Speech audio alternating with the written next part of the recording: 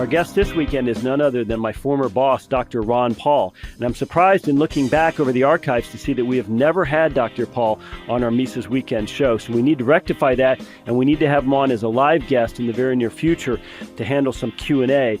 But for now, enjoy a great speech Dr. Paul gave this past weekend at our Mises Circle event in Houston, including a great reference to how Bernie Sanders doesn't seem to understand that the Plymouth colony experiment in America was actually a failure. Stay tuned and have a great weekend. One thing I think about when we think, what is ahead for us, and how can you predict what happens in the various civilizations over the many centuries? And even in our lifetime, certainly in the 20th century, the most onerous of civilizations and empires was the Soviet Empire, and it came to an end. Now, the important characteristic of the end of the Soviet Empire was the fact that we didn't need a nuclear exchange.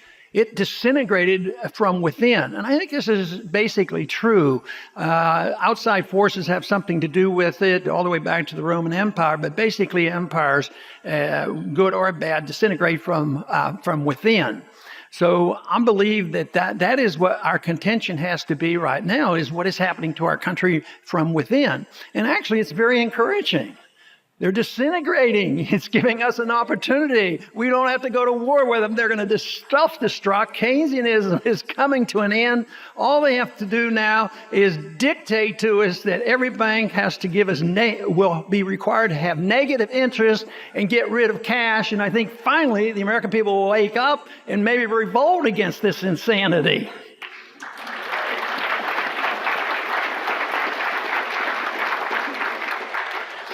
But throughout history, and history is rather short, human history, recorded history is probably 5,000 years, and it's vaguely recorded back then. I was trying to find out the exact date the Ten Commandments were written, and you really can't find.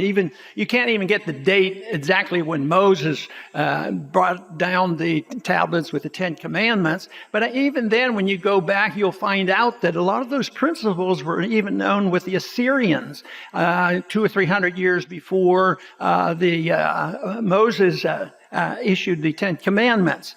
But one thing that seems to have been the motivation there is to set some rules. Civilization was coming about, and it was rather primitive, but they knew they had to have some rules for the people in order to survive.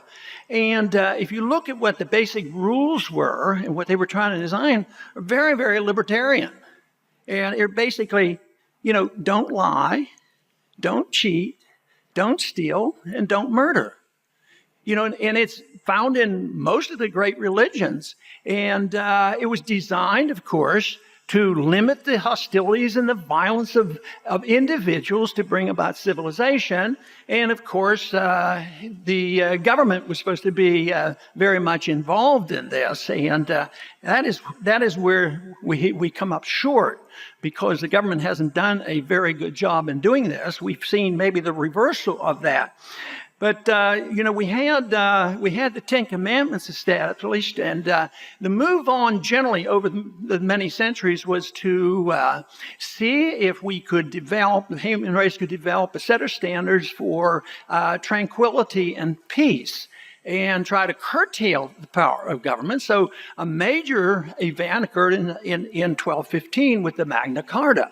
Establishing, that we, have, that governments can't hold us, and governments should be held responsible for the same laws. And this was a significant event. It wasn't the event of all history, but it suggested that the kings had to live under the same laws that the people lived under. And the British followed this to some degree and tried to improve on that over the many years. Now, another significant date, from my viewpoint, occurred when the people got disgusted for various reasons what was going on in Europe and in Britain and the different places. So they heard about America and they wanted to come to America. And the one particular settlement that I think stands out in history that we should pay attention to was the Plymouth colony in 1620. And it was a bad deal. I mean, they came over, and the percentage of people that died was horrendous even after they got here. But they developed a system of pure socialism, collectivism. Everybody worked together, and whoever needed to eat, they would take the food. And lo and behold, the people weren't working very well, and they weren't doing well. So Bradford finally comes along, and he has this brilliant idea. It had been floating around a bit about that time. He said, let's give up on this. This not have socialism. This is a new country. What we want to do is allot property rights to certain people, and you're on your own. Go what you want and raise what you want. And lo and behold, to their tremendous surprise, there was great productivity. People produced more than they needed. And then they automatically started taking care of the people who weren't capable of raising their own crops.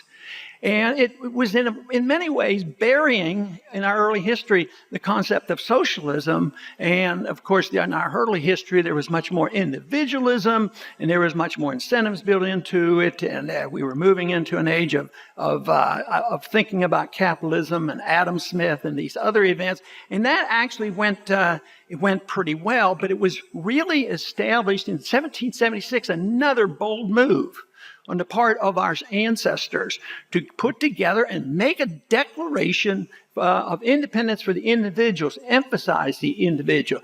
And this was one thing that Murray Rothbard had pointed out, that one of the reasons why individuals were considered important, and he gave credit to Christianity and the importance of the individual.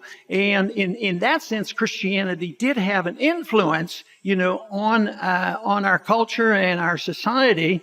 But this was a major event, and we did benefit for a long time in that manner, for up to where I think the progressive era started in 1898. Then all of a sudden, the progressive moved in and set the stage for the 20th century, which did not go well. And people capitulated to progressivism, and they forgot about Plymouth, and they went down and they had a more sophisticated method of promoting socialism. And in the 20th century, brought together two groups: the conservative warmongers, as well as the liberals, brought them together, the use of force. And we ended up with socialism, welfarism, special interests, and a concept where, especially under Woodrow Wilson, that we had a responsibility to make the world safe for democracy. Well, guess what? The world didn't become safe, and it didn't become, in their terms, democratic. It was a disaster. So if we could do one thing, maybe we could repeal Woodrow Wilson, including the income tax and the Federal Reserve System.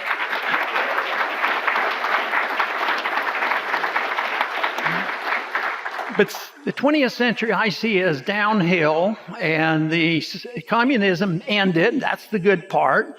But now, instead of taking advantage and getting a peace dividend in the 1990, as the Soviet system collapsed, the world was enthralled with interventionism, Keynesianism, inflationism, and all the nonsense that had been going on.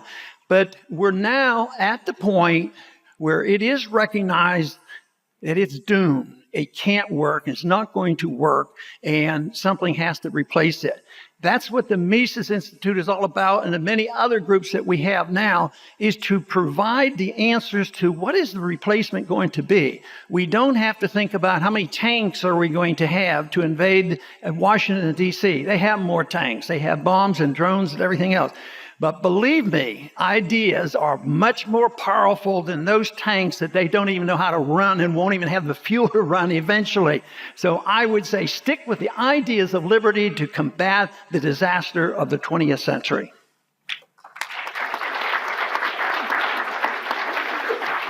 I think the opening salvo of this event came in the year 2000 in the financial markets. It was the NASDAQ bubble, which was predicted by the Austrian economist. It was way out of proportion, and the crash came.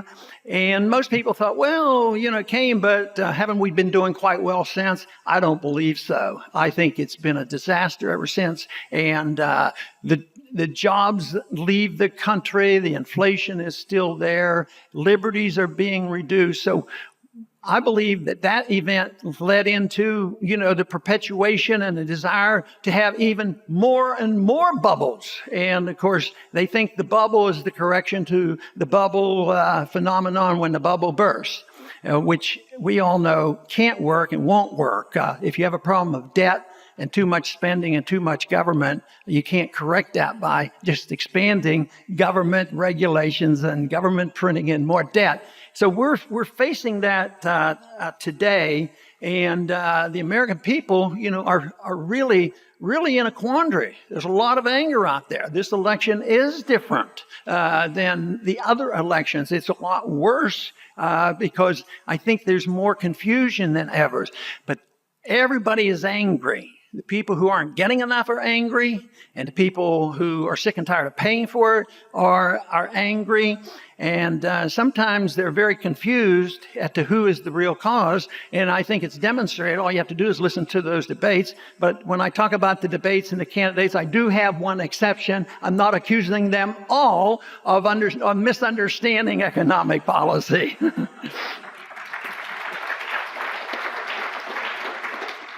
So the people are confused and looking for it, but I think the politicians look for scapegoats. If we can just blame somebody, this would do the trick. So it's the immigrants. The immigrants are coming, and indeed it is a problem.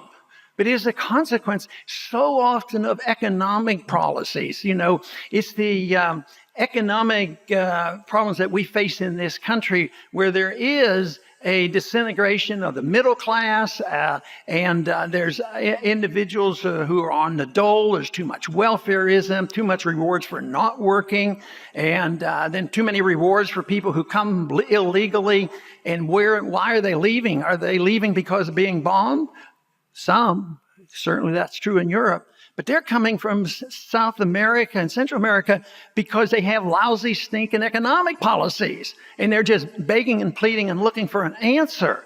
So I think that the message of liberty and the message of free markets and the message of sound money, there's a universal need for this. And to me, it's the only answer. I don't for a minute think building fences will do it. I think there has to be more interchange between those of us who understand economic policies and those others who are struggling. So there are a lot of people who are migrating and immigrating come as an economic consequence. It's a bad economic problem. Then it's compounded by our bad economic problems, and people get angry and upset, and jobs go overseas, and they say, well, the solution to that is terrorists, let's raise terrorists and do all this nonsense. So it's an opening. But the Austrian School of Economics, groups like the Mises Institute, can provide the answer, and it's crucial because it's who puts it back together that counts. I think we're in a good position because nobody else has anything worthwhile. What we have to worry about is how violent and chaotic is this going to get. And that's what's really dangerous, because there could well end up with riots not only in our streets. We see the pictures already in Europe. But it's even worse in Europe because they are suffering the consequences of our foreign policy. It is true. There's a lot of people leaving these countries. Yes, you could say, well, some of them are coming in there to undermine the culture of Europe, and they certainly seem to be achieving that. But some of them are coming to escape bombs. If they had good economic policies and we weren't bombing them, believe there would be a lot less immigration from the Middle East into Europe or even into this country.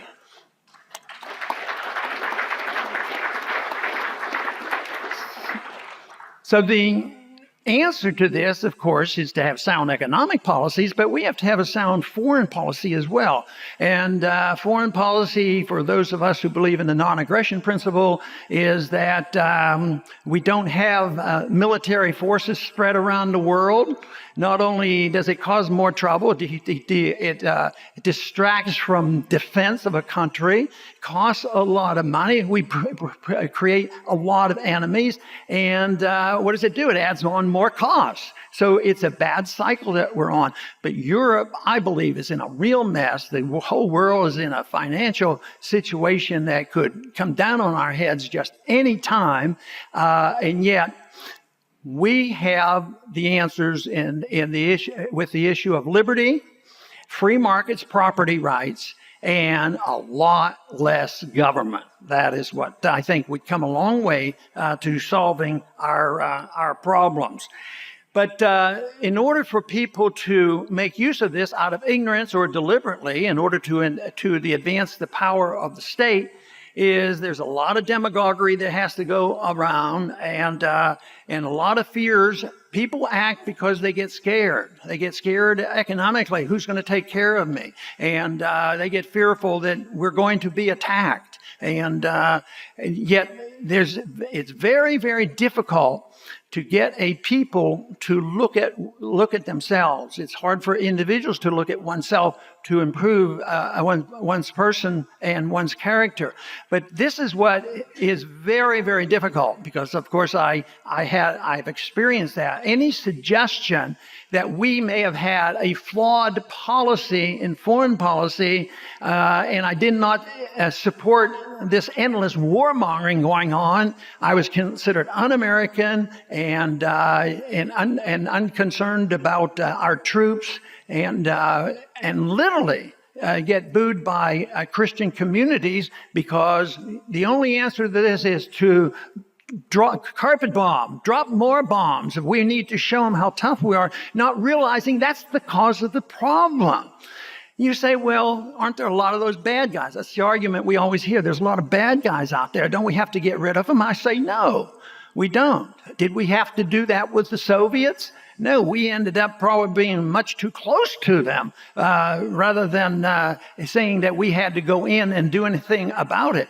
And that's just a distraction, because you look at the alliance that we have with Saudi Arabia, and they're not exactly the champions of civil liberties. And yet at the same time, we're yelling and screaming because we hear something and we don't want to deal with Saddam Hussein and the other dictators, or China. Oh, they violate civil liberties.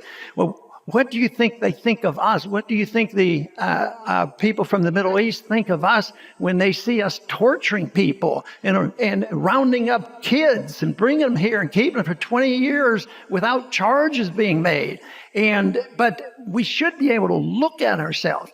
But of course, what we have to do is get people to accept some basic principles. You know, the trend over those many centuries that I talk about, it was always there to give more freedom to the individual. And the government was sort of there, and their job was to enforce laws. But I think what has happened now is we had a pretty good code over those many centuries developed on how we as individuals should act in a very non-aggressive way. Don't lie, cheat, steal, or kill. Murder, not to do it. What do we have today? We have a government that lies, cheats, steals, counterfeits, murders people around the world, puts our people in prison without charges and have it become legal. At the same time, we see proposals today introduced by the leader of the Republican Party in the Senate to say that, well, what we must do is give more power to the president so he never has to bother coming and being annoyed with the Congress. He needs more war powers so that he can go any place, anytime around the world and use the military if he doesn't like what's going on, including in the United States as well.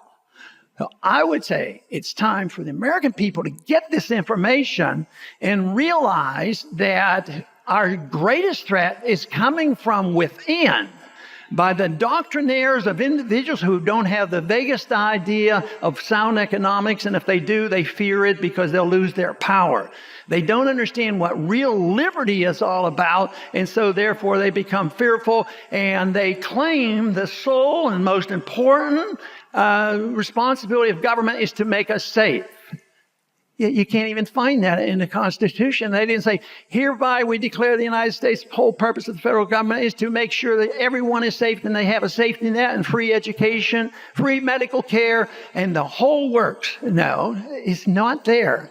the whole purpose there was to write a bunch of rules trying to restrict the government and trying to restrain the government and to make sure they live within the laws of the land. But here today, we have the government doing exactly what took centuries to try to get the people of the world to act responsibly to advance civilization. Now, in spite of all of this, I think civilization has done quite well over these many years, in spite of all the shortcomings.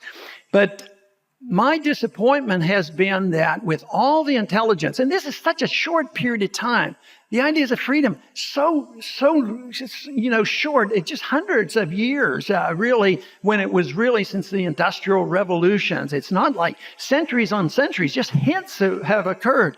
And so much advancement has occurred. I mean, the universe, billions and billions of years old, and nobody knows exactly the age. It's not brand new. But the ideas of mankind advancing to the stage where they even have the concept of liberty and importance of the individuals, very, very short. The advancement, and now the movement is so much more rapid with the advancement of the exchange of information on the internet. We have it moving quickly. I mean, the ideas of liberty over the many centuries, starting all the way back with the Ten Commandments and the Magna Carta, that was very slow and tedious. But there's no reason why ideas can't move faster. Now, in the industrial age, industrial revolution, tremendous progress. Just think of our standard of living in spite of the government. Our standard of living keeps going up. But why haven't we had some advancement in the social affairs, getting along with people and trying to take our intelligence and saying, why do we have to resort to war? I think most people want peace. I think most people still today, nobody would admit, at least, that, oh yeah, we got to get rid of that stupid law that says you shouldn't lie, cheat, or steal or murder. No, they still believe in that, but they are too careless about it, and they allow the government to do it. So the only way I can see progress for humankind, as well as us here in the United States, is to take our intelligence and take this ability to spread information, show the importance of the individuals, and take what was given to us even early on with the libertarian principle of no aggression. Now, is that so much to ask from people? All we want you to do is say, I'm never going to initiate violence against another person or property, and I promise to do what I say. I will do exactly as I promise. And that is not too overwhelming, yet people are intimidated because of false ideas. They make them scared, and the people just roll over and say the solution is more government.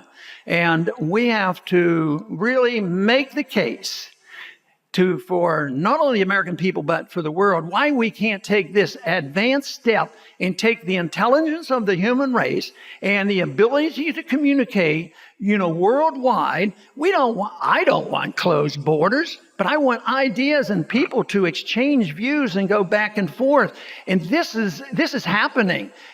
I get so many calls and emails. I mean, this past week, I think Daniel and I got a receipt of somebody took one of my books and translated it into Chinese, and somebody else translated another book into German.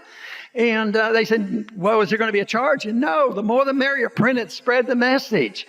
I mean, this is what's going on today. And, there was a time when you wouldn't even know about it. Well, we don't know about it. This is activity. So I think there's certainly a room for a revolution, but not the revolution of Bernie Sanders. He's going back to Plymouth Colony, and we don't need that. We need to look forward to the days when liberty will thrive and that prosperity will exist, and we will have peace in the world.